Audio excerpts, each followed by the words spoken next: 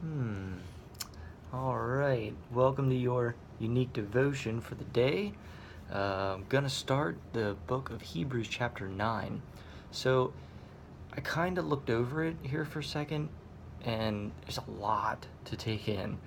And it's not super long, but it's got a little bit of length to it. So, what I always do here is just read through a chapter first, and then we go back and break down and look for a God question. So today's just sort of ingestion time, and I'm going to break this up into two videos. So tomorrow I'll do the second half. So both of these days are just going to be a little bit of what I call ingestion time. Just sort of sit back and relax, sort of take in the words, maybe get a couple of images running through your brain, and then that'll make the next time when we go back and do the breakdown seem much easier because we've already kind of gone over it. We already have some images rolling, and now we can get a little deeper with it. So, let me get a little sip of water. I suggest you do the same. And I will get started. So, Hebrews chapter 9, the first half of it. Then indeed, even the first covenant had ordinances of divine service and the earthly sanctuary, for a tabernacle was preferred, the first part, in which was the lampstand, the table, and the showbread, which is called the sanctuary, and behind the second veil, the part of the tabernacle which is called the holiest of all, which had the golden censer and the ark of the covenant overlaid on all sides with gold, in which were the golden pot that had the manna, Aaron's rod that budded, and the tablets of the covenant, and above it were the cherubim of glory overshadowing the mercy seat. Of these things we cannot speak in detail. Now when these things had been thus prepared, the priests always went into the first part of the tabernacle, performing the services, but into the second part of the high priest went alone once a year, not without blood, which he offered for himself and for the people's sins committed in ignorance.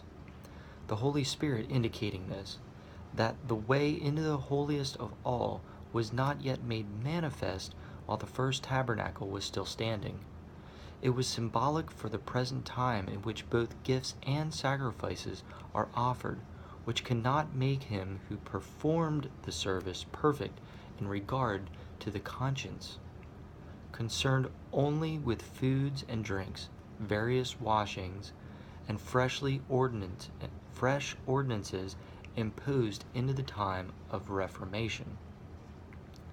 But Christ came as high priest of the good things to come, with the greater and more perfect tabernacle, not made with hands, that is, not of this creation, but with the blood of goats and calves. But with his own blood he entered the most holy place once for all, having obtained eternal redemption. For if the blood of bulls and goats and the ashes of a heifer sprinkling the unclean sanctifies for the purifying of the flesh, how much more shall the blood of Christ, who through the eternal Spirit offered himself without spot to God, cleanse your conscience from dead works to serve the living God? And for this reason, he is the mediator of the new covenant, by means of death, for the redemption of the transgressions under the first covenant, that those who are called may receive the promise of eternal inheritance. So that is a lot to take in. That's the first half. Just sort of ingest it. I'm not even going to say anything about it. Just sort of see if, sit on some images that maybe came up. They talked about the Ark of the Covenant, the Holy of Holies, the sanctuary, just sort of taking some of the images. And then tomorrow I'll read the second half, and then we'll do some breakdown the day after that. So I'm just going to leave it there. On that note, I hope God gives you all the blessings you deserve, even more so all the blessings you don't deserve. Have a wonderful day. Don't forget to like, subscribe, please. Check the D box. Post this on social media. Let your friends know that this exists. And by the way, thank you for comments. They're super helpful. Super insightful, give me a perspective into what others are thinking and what's happening in others' lives, and just appreciate it. I will see you tomorrow. I hope you have a wonderful day.